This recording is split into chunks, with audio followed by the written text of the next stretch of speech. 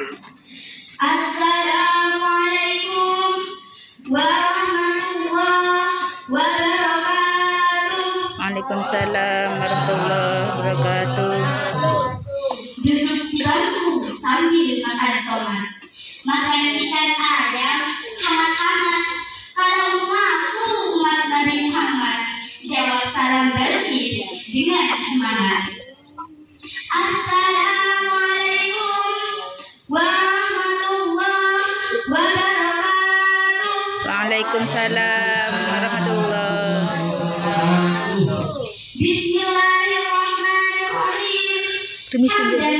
Permisi wassalatu wassalamu ala rasulillah. Enggak, kelihatan sudah. La wala quwwata illa billah.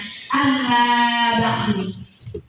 Yang terhormat panitia lomba Biljazil, para dewan juri, serta hadirin rahimahumullah.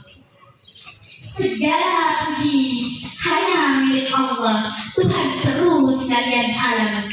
Semoga keselamatan dan kesejahteraan tetap tercurah limpahkan kepada junjungan kita Nabi besar Muhammad SAW, Allahumma sholli ala pada keluarganya, para sahabatnya, dan para pengikutnya. Dalam kesempatan ini, Balqis ingin bertausiah. Mau mendengarkan tausiahnya Balqis? Mau. Balqis ingin bertausiah tentang cinta Rasulullah dengan meneladani akhlaknya. Hadirin rahimahullah, Rasulullah SAW lain daripada yang lain karena kesempurnaan penciptaan fisik dan akhlak beliau. Rasulullah itu memiliki kesempurnaan jiwa dan kemuliaan akhlak yang luar biasa. Beliau itu tidak hanya memberikan mau'izatul hasanah, tapi juga langsung memberikan uswatun hasanah. Mari kita lihat lebih jauh bagaimana sih akhlak beliau yang mulia itu. Allahu Akbar. Orang yang berakhlak kepada teman ini biasa, tapi akhlak kepada musuh ini yang luar biasa.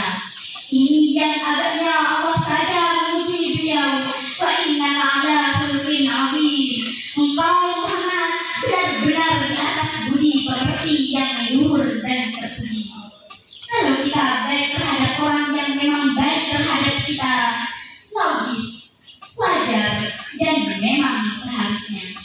Tapi kalau kita berbuat baik kepada orang yang jahat terhadap kita, ini yang tidak setiap orang bisa. Balqis ingin menceritakan salah satu pesona akhlak Rasulullah. Mau mendengarnya? Mau. Hadirin rahimahullah, bagaimana akhlak Rasulullah pada orang yang nyata-nyata musuhnya saat beliau berada di Taif. Dia lempari orang dengan batu, tapi yang melempari beliau malah dapat doa. Allahumma hdi qaumi fa innahum la ya'lamun. Ya Allah, berikan hidayah, berikan petunjuk pada orang yang melempari saya dengan batu, karena mereka tidak tahu. Kalau saja mereka tahu, mereka tidak akan melempari saya dengan batu. Ya Allah, berikan hidayah kepada mereka. Subhanallah. Satu cerita lagi. Suatu ketika saat Rasulullah SAW mau sholat jamaah di tengah jalan, diudahi orang selamat 3 hari berturut-turut. Dan di hari keempat, ketika melewati jalan yang sama, sudah tidak ada yang menyudahi. Dan ada orang yang memberi kabar kepada Rasulullah bahwa orang yang biasa menyudahi Rasulullah itu sedang sakit.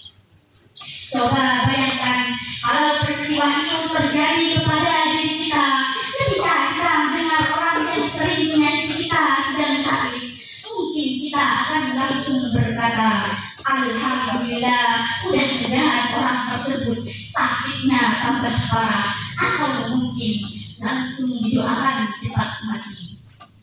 Lain hanya dengan Rasulullah mendengar orang yang istiqomah lidahnya sakit, beliau bergegas membijiknya dan mendoakan kesembuhan. Subhanallah, sungguh pribadi yang memiliki kesempurnaan jiwa dan kemuliaan akhlak yang luar biasa. Sebuah akhlak yang mampu menjadi inspirasi pembangunan karakter manusia di zaman now ini. Hadirin rahimakumullah, pemaaf, lapang dada, toleransi, menghargai pendapat orang lain, ini sederetan dengan akhlak terpuji beliau. Sehingga karena keluhuran akhlak inilah yang menyebabkan orang tertarik masuk ke dalam Islam. Beliau berprinsip apa?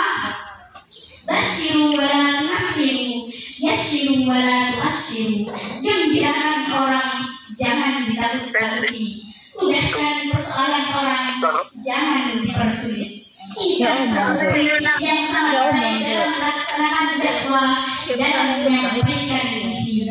Apapun tugas kita di masyarakat dalam berbagai profesi, modal utama untuk sukses adalah akhlak. Allah telah menuntut pribadi Rasulullah SAW menjauhkan diri beliau dari kepalsuan hawa nafsu duniawi yang menyesatkan. Beliau adalah manusia biasa yang diberi mukjizat yang mana segala apa yang ada pada diri beliau seakan-akan suatu kreasi yang sengaja dibentuk Allah dan digantungkan dalam sejarah untuk kemanfaatan kehidupan kita. Laksana matahari yang digantung di langit sebagai sumber kehidupan. Perjalanan hidup Rasulullah adalah lautan yang luas membentang dengan kebeningan airnya yang kebiruan. Di sana tersimpan pesona alami dan abadi, tiada mata yang bersandar dendam, tiada hati yang jenuh hati, tiada hati orang yang menyelangi. Karena beliau adalah sosok sepanjang masa. Hadirin rahimakumullah, akhlak Rasulullah yang sudah Balqis ceritakan hanyalah sebagian kecil dari gambaran kesempurnaan dan keagungan akhlak beliau. Kiranya Balqis cukupkan tausiahnya sampai di sini dengan harapan mudah-mudahan dari tausiah ini kita mampu mengamalkan dan meneladani akhlak beliau. Kebenaran hanyalah milik Allah, sedangkan kehilafan adalah milik Balqis yang gaib ini. Untuk kurang lebihnya, Balqis mohon maaf. Akhirul kalam, wassalamualaikum warahmatullahi